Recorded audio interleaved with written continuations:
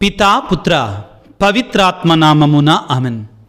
ప్రభునందు మిక్కిలి ప్రియ సహోదరి సహోదరులారా, క్రీస్తు ప్రభువు చేత ప్రథమంగా పిలువబడినట్టు అపోస్తులలో ఒకడైనటువంటి పునీత యాకోబు గారి యొక్క పండగ వాక్య పరిచర్యకి మిమ్మందరినీ ప్రేమతో ఆహ్వానిస్తున్నాను.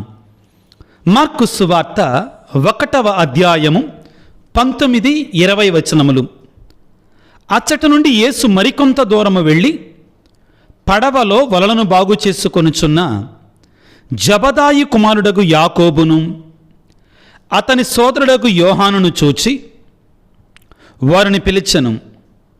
వారు తమ తండ్రిని జీతగాండ్రతో పడవలోనే విడిచిపెట్టి యేసును అనుసరించిరి.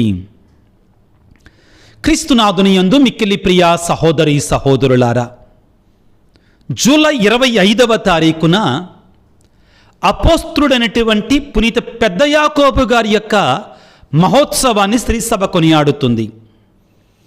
పెద్ద యాకోబు అని ఎందుకన్నారు? 12 మంది అపోస్తులు మరొక యాకోబు ఉన్నాడు కాబట్టి ఈయనకి పెద్ద యాకోబు అని పేరు పెట్టడం జరిగింది. లేక జేమ్స్ ద గ్రేటర్ అని ఇంగ్లీష్లో పిలుస్తారు. వీరు అపోస్తుడైనటువంటి యోహాను గారి యొక్క సోదరుడు, అన్నయ్య, పెద్దవాడు. వీరి యొక్క పూర్వపరాలను మనం కొద్దిగా తెలుసుకుంటే, వీరి యొక్క తండ్రి పేరు జబదాయి, మన వాక్యంలో జబదాయి కుమారులు. తల్లి పేరు సలోమి. ఈ సలోమి అమ్మ మరియ తల్లికి బంధువు, దగ్గర బంధువు. కాబట్టే చాలా చోట్ల యోహాను యాకోబులు ఆయన సోదరులు కారా అంటారు. ఇది వీళ్ళని బట్టే. ఇది చాలామంది ఏమంటారంటే మరియ తల్లికి పుట్టిన వాళ్ళు అంటారు. ఆ వివరణలోనికి మనం వెళ్ళొద్దు ఈ రోజున, కానీ ఆ సబ్జెక్ట్ కాదు. కానీ ఈ సందర్భంగా ఆ వివరణ ఇవ్వాలి కొద్దిగా. వీరు సలోమి అమ్మ మరియ తల్లికి చాలా దగ్గర బంధువు. కాబట్టే యోహాను యాకోబులు ఇద్దరూ కూడా ప్రభువు దగ్గర ఆ చనువు చూపిస్తారు. ఆ తరువాత వీరు వృత్తిరీత్యా చేపలు పట్టేవాళ్ళు, కానీ మామూలుగా చేపలు పట్టేవాళ్ళు కాదు. ఈనాడు మనం చదువుకున్న వాక్యాన్ని మీరు కొద్దిగా జాగ్రత్తగా ఆలకించి ఉన్నట్లయితే ఏమని ఉంటుందంటే, అక్కడ తమ తండ్రిని జీతగాండ్రను పడవలలోనే విడిచిపెట్టి యేసును అనుసరించారు. జీతగాండ్రు కూడా ఉన్నారు వీళ్ళ దగ్గర. వాక్యాన్ని చదువుతాను వినండి. యేసు వారిని పిలిచెను. వారు తమ తండ్రిని జీతగాండ్రతో పడవలో విడిచిపెట్టి యేసును అనుసరించరు. తద్వారా వీరు ఒక స్థాయి, ఒక మెట్టు పై స్థాయి వాళ్లే, చేపలు పట్టేవాళ్ళైనా కానీ. వీళ్ళు ఎక్కడి నుంచి వచ్చారు? కపెర్నహూము అనే ప్రాంతం నుంచి వచ్చారు. యేసు ప్రభువు అక్కడ జీవించారు. మనం ఇప్పుడు చదువుకున్న వాక్యంలో ఏమని ఉందంటే, మార్కు సువార్త 1వ అధ్యాయం 19వ వచనంలో, అచ్చట నుండి యేసు మరికొంత దూరము వెళ్ళి, అంతకుముందు యేసు ప్రభువు అదే చేపల పట్టే ప్రాంతంలో పేతురు తన సోదరుడైన అంద్రేయను కూడా పిలిచారు. పిలిచిన తర్వాత యాకోబు యోహానును పిలుస్తున్నారు. వీళ్ళకి యేసు ప్రభు ఒక పేరు పెట్టారు. ఎవరికి? యాకోబు గారికి, యోహాను గారికి బోయనెర్గెస్ అనే పేరు పెట్టారు. అనగా ఊరిమెడి వేరు, తొందరపాటు, ఆవేశం ఎక్కువ వీళ్ళకి. ఉదాహరణకి మనకి బైబిల్లో ఏమని ఉంటుందంటే, ఒక సందర్భంలో యాకోబు గారు ఏమంటారంటే, పరలోకము నుండి అగ్ని దిగి వచ్చి ఈ సమరీల పట్టణాలని నాశనం చేయమని ఆజ్ఞాపిద్దామంటారు. ఆ ఉరుము, ఆ కోపం, ఆ తొందరపాటు కనపడొద్దు మనకి యాకోబు గారిలో. వాక్యాన్ని చదువుకుంటే లూకాసు వార్త 9వ అధ్యాయం 54వ వచనంలో, ప్రభువా, ఏలియా చేసినట్లుగా ఆకాశం నుండి అగ్నిని దింపి వీరు నాశనం చేయమని ఆజ్ఞాపించమంటారా? మేము ఆజ్ఞాపిస్తామంటారు. ఆ ఆవేశం. అందుకే వాళ్ళకి యేసు ప్రభు బోయనెర్గెస్ అనగా ఉరిమెడివారు అనే పేరు పెట్టారు. ప్రియులకు దేవుని బిడ్డలారా, మనకి మత్తయి శుభవార్త 20వ అధ్యాయంలో ఒక సన్నివేశం కనపడుద్దండి. దాన్ని మనం తప్పనిసరిగా జ్ఞాపకం చేసుకోవాలి. ఏమిటి అంటే, యాకోబు యోహానుల తల్లి అయినటి సలోమి అమ్మ యేసు ప్రభు దగ్గరకు వచ్చి ఒక కోరిక కోరుద్ది. ఏంటి ఆ కోరిక? అయ్యా, నువ్వు అధికారాన్ని పొందుకున్నప్పుడు నీ రాజ్యంలో నా కుమారులు ఇద్దరూ కూడా ఒకళ్ళు కుడివైపున ఒకళ్ళు ఎడమ వైపున ఉండేటట్లుగా మాట ఇవ్వు అంటది. ఎందుకు ఇలా అన్నది? 2-3 కారణాలు మనం చూడాలి. యాకోబు గారి తల్లి, యాకోబు గారి సోదరుడు యోహాను గారు. యాకోబు యోహానుల తల్లి అయిన సలోమి అమ్మ యేసు ప్రభు దగ్గరికి వచ్చి మత్తయి శుభవార్త 20వ అధ్యాయం 19వ వచనం నుంచి మనం చదువుకుంటాం. ఏమంటదంటే, అయ్యా, నీ రాజ్యంలో నా ఇద్దరు కుమారులు కూడా ఒకళ్ళు నీ కుడి పక్కన ఇంకొకళ్ళు నీ ఎడం ప్రక్కన కూర్చుని ఆసీనులు అయ్యేటట్లుగా నువ్వు మాట ఇవ్వు అంటది. ఏంటి ఇక్కడ మనకి అర్థమయ్యేది? ఒకటి, తప్పనిసరిగా సలోమి అమ్మ యేసు ప్రభుకి తన తల్లి అయిన మరియ తల్లి ద్వారా దగ్గర బంధువు, చాలా దగ్గర బంధువు. ఆ స్వతంత్రాన్ని తీసుకొని అడిగింది. ఒకటి. రెండవది, నీ రాజ్యములో ఒకళ్ళు కుడివైపున ఒకళ్ళు ఎడమవైపున నా పుత్రులైనటువంటి యాకోబుని యోహానుని ఉంచమని అడిగిందంటే, సలోమి అమ్మ యేసు ప్రభు యొక్క మెస్సయ్యాని ఇశ్రాయేలు ప్రజలు చూసినట్లుగానే చూసింది. ఏంటి? పొలిటికల్ మెస్సయ్యా.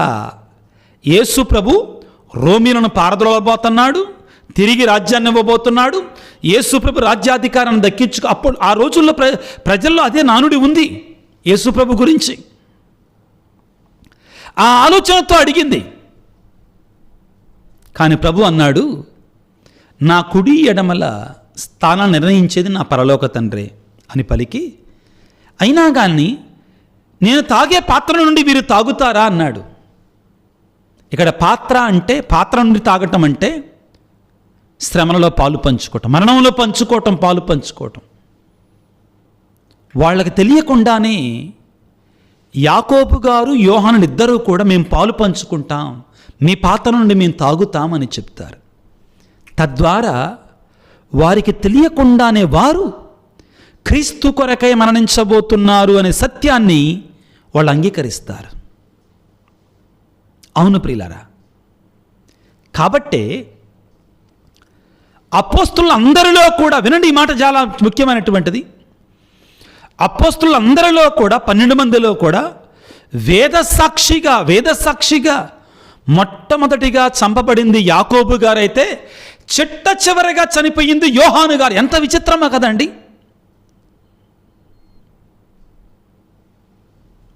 మొట్టమొదటిగా క్రీస్తు కొరకై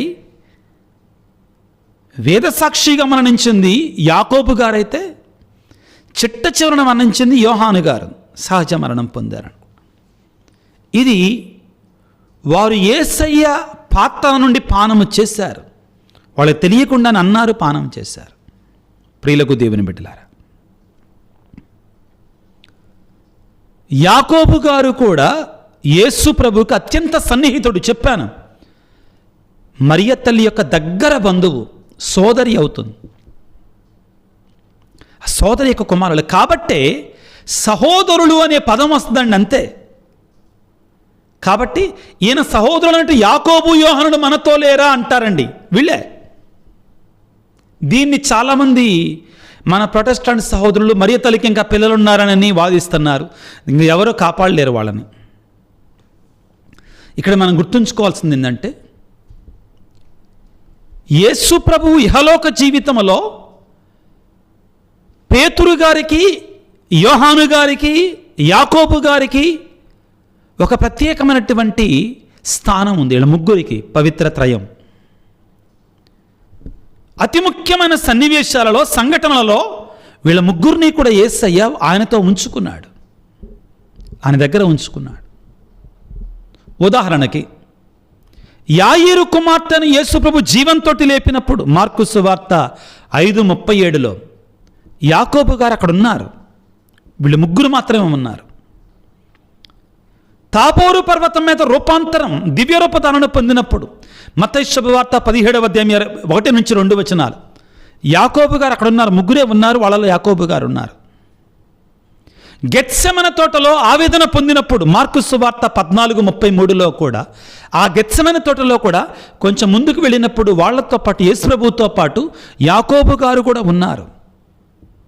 కాబట్టి యాకోబు గారికి యేసయ్య పరిచర్య జీవితంలో ఒక ప్రత్యేకమైనటువంటి స్థానం ఉంది. ప్రియులకు దేవుని బిడ్డలారా, క్రీస్తు మరణించి ఉత్థానమై మోక్షారోహణమైన తర్వాత మేడపై గదిలో యాకోబు గారు కూడా ఉన్నట్లుగా మనం అపోస్తుల కార్యాలు 1వ అధ్యాయం 13-14 వచనాలు మనం చదువుకుంటాం. ప్రియులారా, యాకోబు గారు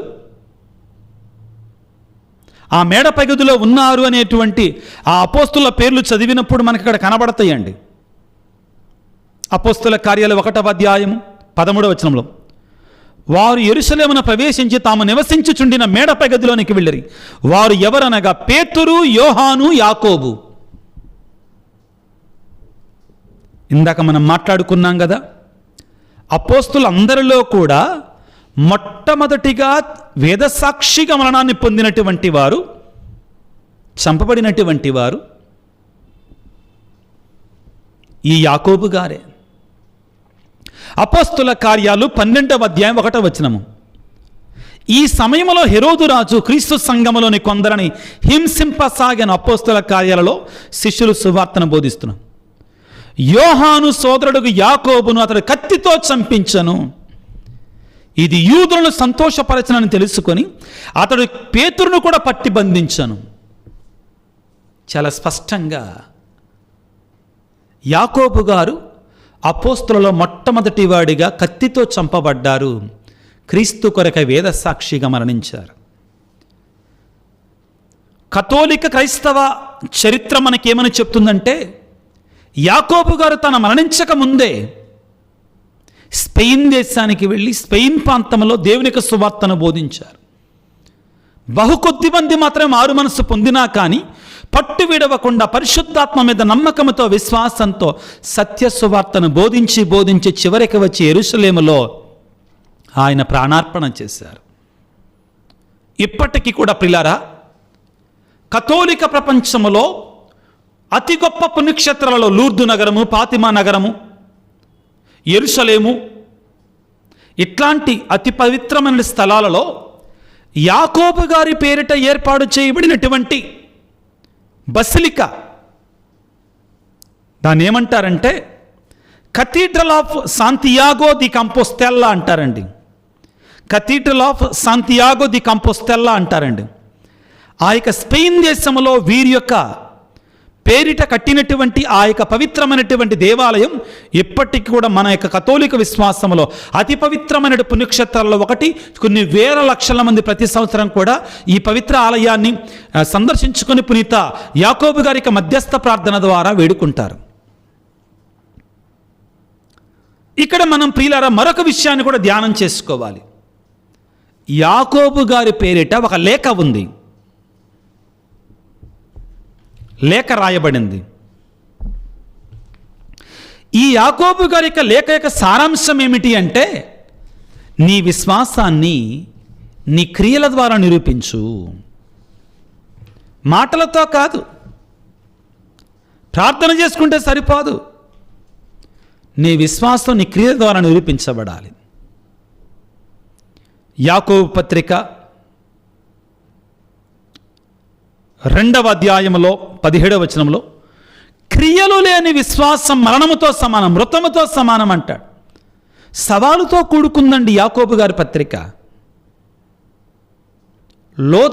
మార్టిన్ లూథర్కి యాకోబు పత్రిక అంటే ఇష్టం ఉండదు. ఎందుకంటే బైబిల్లో ఎక్కడైతే క్రియలు బాగుండాలి, నీ ప్రవర్తన బాగుండాలి, నీ నడత బాగుండాలి, నువ్వు క్రియల ద్వారా మంచిగా ఉండాలి అని చెప్పిన గ్రంథాలని తీసివేసినటువంటి వాడు లూథర్. కాబట్టి నేను చరిత్ర చెప్తున్నానండి, నేను చెప్పేది అక్షరాల నిజమండి. యాకోబు గారి పత్రికను ఆయన ఏమన్నాడంటే, యాకోబు పత్రిక ఎండిన గడ్డిపోచ అన్నాడండి. తీసేయాలని చూచాడు కానీ కుదరలా. పాత నిబంధన నుంచి ఎట్టాగా 7 పుస్తకాలు తీసేశాడు. ఆ 7 పుస్తకాలలో కూడా నీ క్రియలు ముఖ్యమని చెప్తాయండి, అందుకే తీసేశాడు. ఎందుకంటే ఆయన వెళ్ళిపోయాడు కదా, భయం పట్టుకుంది అతనికి. ఏదేమైనా యాకోబు గారు రాసినటువంటి పత్రిక పాపము ఎలా పుడుతుంది, శోధనలు ఎలాగా వస్తాయి చాలా చక్కగా వివరిస్తారు. ఏమంటాడు ఆయన? తన దుష్టవాంఛలతే తానే ఆకర్షించబడి చిక్కుబడినప్పుడు మానవుడు శోధించబడతాడు. అప్పుడు ఆ దుష్టవాంఛ పండి పాపముగా జనించును, పాపము పరిపక్వమై మృత్యుకారకమగును. యాకోబు పత్రిక 1వ అధ్యాయం 15వ వచనము. క్రీస్తునాథుని యందు మిక్కిలి ప్రియా సహోదరి సహోదరులారా, నాలుక ఎంత భయంకరమైనటిదో చెప్తాడండి. అదేవిధంగా ప్రార్థన ఎంతో గొప్పదో చెప్తాడు. అవస్థాభ్యంగాన్ని గురించి చెప్తారు యాకోబు గారు తన లేఖలలో. ప్రియులారా, ఈనాడు మహా గొప్ప అపోస్తులైనట్టు యాకోబు గారి యొక్క పండగని మహోత్సవంగా కొనియాడుతున్నాం. వీరు నేర్పించేటువంటి ముఖ్యమైన 5 అంశాలు మనందరం నేర్చుకోవాల్సింది. దేవుడు నిన్ను పిలిచినప్పుడు వెంటనే స్పందించు, దేవుడు అవకాశం ఇచ్చినప్పుడు వదులుకో మాకు. నెంబర్ 1. రెండవది, అధికారాన్ని కాదు సేవను కోరుకోవాలి.